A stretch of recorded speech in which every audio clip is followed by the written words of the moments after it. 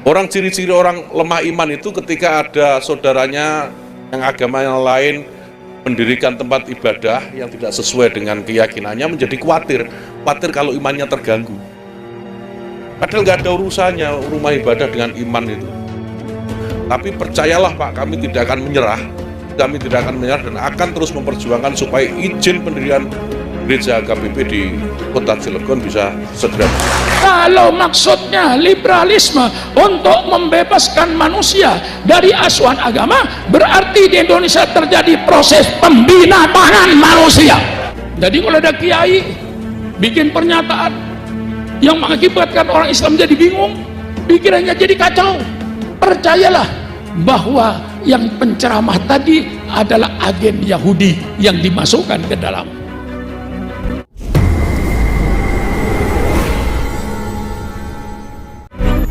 Menteri Agama saat ini terlihat sangat getol bersuara ketika ada yang mengganggu atau menghalangi kelompok non-muslim. Tetapi di saat umat Islam yang dihalangi, seperti para penceramah seperti UAS ditolak di beberapa titik beberapa waktu lalu, enak dalam tanda kutip, terkesan bungkam atau tak bersuara. Kita bukannya tidak suka umat non-muslim mendapatkan perhatian. Jangan hanya keras di saat tempat ibadah non-muslim diganggu, tetapi bungkam di saat kitab suci umat Islam dibakar beberapa waktu lalu. Tapi kita tidak heran karena sejak awal bahkan sebelum menjadi Menak, Gus Yakut sangat getol bersuara lantang membela gereja. Berkaitan dengan tema ini, Ki Haji Sukron Makmun memberikan peringatan. Tonton videonya sampai tuntas. Di malam juga saya sampaikan Indonesia itu berdiri karena keberbedaan, termasuk keberbedaan agama.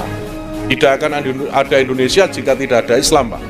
Tidak ada Indonesia jika tidak ada Kristen, tidak ada Katolik, tidak ada Hindu, tidak ada Buddha, tidak ada Konghucu, dan tidak ada agama-agama lokal. Tidak mungkin ada Indonesia. Indonesia itu ada karena ada keberbedaan ini, ada kebinekaan. Itu yang membuat Indonesia kuat. Nah, oleh karena itu kalau ada orang yang mencoba mengganggu kebinekaan ini, itu artinya ya orang ini sedang mencoba mengganggu Indonesia. Siapapun yang mengganggu Indonesia saya akan hadapi, Pak. Insya Allah. Seorang tokoh liberalisme bernama Humphrey Cox, dalam bukunya saya baca, liberalisme tujuannya untuk membebaskan manusia dari asuhan agama. Karena agama dianggap membelenggu, Kiai. Ini haram, ini halal, ini wajib dikerjakan, sholat 5 waktu, puasa, ini semuanya tidak memberikan kebebasan. Kita harus bebas manusia ini, tidak terikat dengan hukum. Maka saya katakan, persilakan bangsa Indonesia kau terima liberalisme, tapi liberalisme di Indonesia tidak seperti di Barat. Liberalisme di Indonesia dibatasi dengan Pancasila, dibatasi dengan agama, dibatasi dengan akhlak. Kalau liberalisme tidak dibatasi dengan Pancasila, liberalisme tidak dibatasi dengan agama, liberalisme tidak dibatasi dengan akhlak, itu di Indonesia sekarang sedang terjadi pembinatangan bangsa Indonesia. Saya cinta Pancasila, Pak. Loh, kalau kebebasan tanpa Pancasila, kebebasan tanpa agama, manusia jadi ayam. Hanya binatanglah yang bebas dari asuhan agama. Allah menciptakan Sukron Makmun bukan untuk semau gue. Apa semau gue ini? Bahasa Betawi, robah bahasa Jawa. Sukron Makmun diciptakan oleh Allah bukan untuk sakaripi dewe. Sukron Makmun diciptakan oleh Allah bukan untuk semau-maunya. Allah ciptakan Sukron Makmun untuk melaksanakan perintah Allah dan untuk menjauhi larangan Allah. Wa ma khalaqtul jinna wal insa illa liya'budun. Maka saya katakan, kalau liberalisme tujuannya untuk membebaskan manusia dari asuhan agama, berarti di Indonesia sedang ada proses pembinatangan bangsa Indonesia. Hasilnya kayak Barat. Di barat itu berzina bukan pidana, Kiai. Hak asasi manusia. Istrinya selingkuh dengan laki-laki. Masuk pengadilan, suaminya tidak terima. Begitu istrinya menjawab, saya senang dia senang dengan saya. Ketok palu, bebas. HAM. Apa ini Pak Polisi mau diberlakukan di Indonesia? Sehingga laki-laki dengan perempuan bergaul bebas. Saya kira menurut, mudah-mudahan ini tidak benar, yang sampai laporan ke saya di kota-kota besar seperti Jakarta, Bandung, Jogja, Cirebon, Semarang, itu anak SMA rata-rata sudah 30% yang tidak perawan. Mereka sudah bergaul bebas dengan kawannya, cuma dengan sepi-sepian, artinya tidak terbuka. Di kampus-kampus pergaulan bebas kadang-kadang terjadi dengan alasan salat belajar bersama. Setelah jam 11 malam tidak berani pulang yang putri, bermalamlah di tempat kampusnya laki-laki. Apa yang terjadi? Ini ada. Nah, ini saya baca, bukan saya tidak setuju. Maka saya katakan, persilakan liberalisme, kebebasan adalah hak asasi manusia, terima, tapi dengan syarat tidak melanggar Pancasila, tidak melanggar agama, tidak melanggar moral. Jadi liberalisme dibatasi oleh akhlak, dibatasi oleh agama, dibatasi oleh Pancasila. Kalau maksudnya liberalisme untuk membebaskan manusia dari asuhan agama, berarti di Indonesia terjadi proses pembinatangan manusia.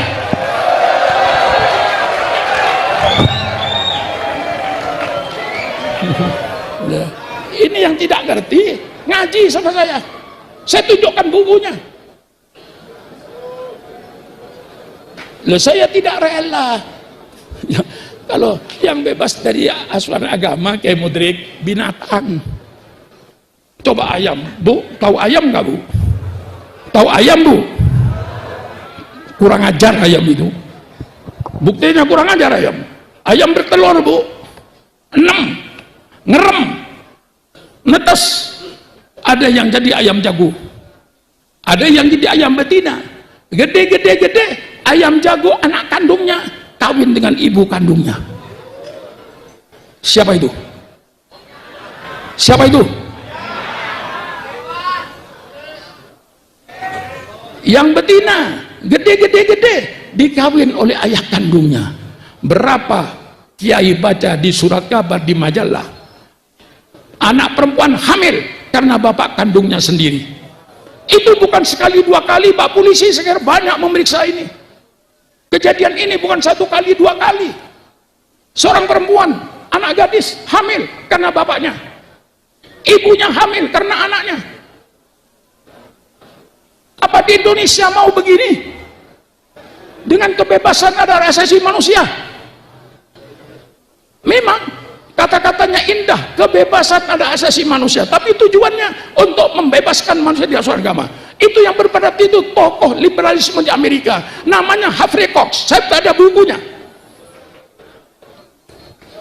saya bongkar sekarang ini. Tidak cocok dengan Islam. Syukran makmun dicipta oleh Allah untuk puasa, untuk sholat. Yang merupakan kayu halus kayu. Yang bisa menghancurkan kiai hanya kiai.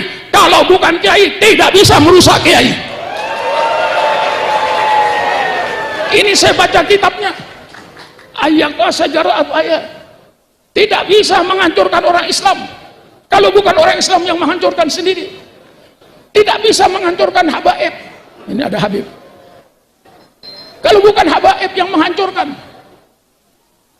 Ini teori mereka.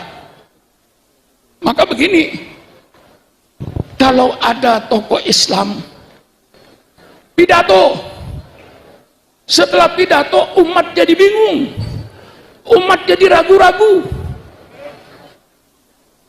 Yakinilah bahwa kiai itu agen Yahudi yang sudah dibayar. Percaya sama saya tidak akan berbohong.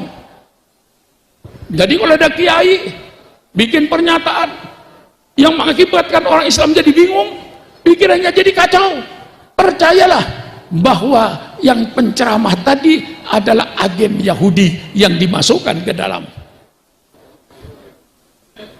Sekarang saya tanya sama orang Tegalrejo, kedatangan saya ini membingungkan apa meyakinkan?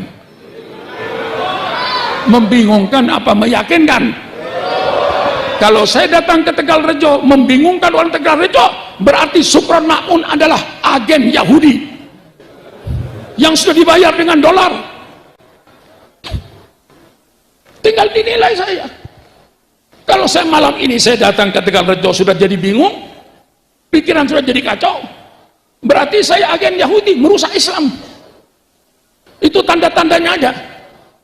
Saya tidak bisa menyebut orang karena ada undang-undang namanya ITE. Kalau yang tahu sejarah bangsanya, oh ini bangsa Indonesia, bahwa terbesar adalah umat Islam dengan tidak mengurangi daripada jasa-jasa kelompok-kelompok yang lain. Tapi yang pasti adalah umat Islam lah yang terbesar. Apalagi saya katakan, seandainya ulama waktu tidak ada toleransi, NKRI tidak ada. Saya buka sejarah, Indonesia bukan negara Islam, tapi kebetulan menjadi negaranya orang-orang Islam yang mayoritas. Maka kalau kita bikin peraturan, siapa yang akan melaksanakan? Rakyat Indonesia. Siapa rakyat Indonesia? 87% Islam. Jangan coba-coba pemerintah bikin undang-undang yang bertentangan dengan Islam. Kami siap untuk menolak dan untuk tidak melaksanakan. Yang begini-begini nggak ngerti nih orang. Santri-santri itu nggak ngerti. Komunis saja nggak ngerti, kok santri sekarang itu? Karena ditutup sejarah ini.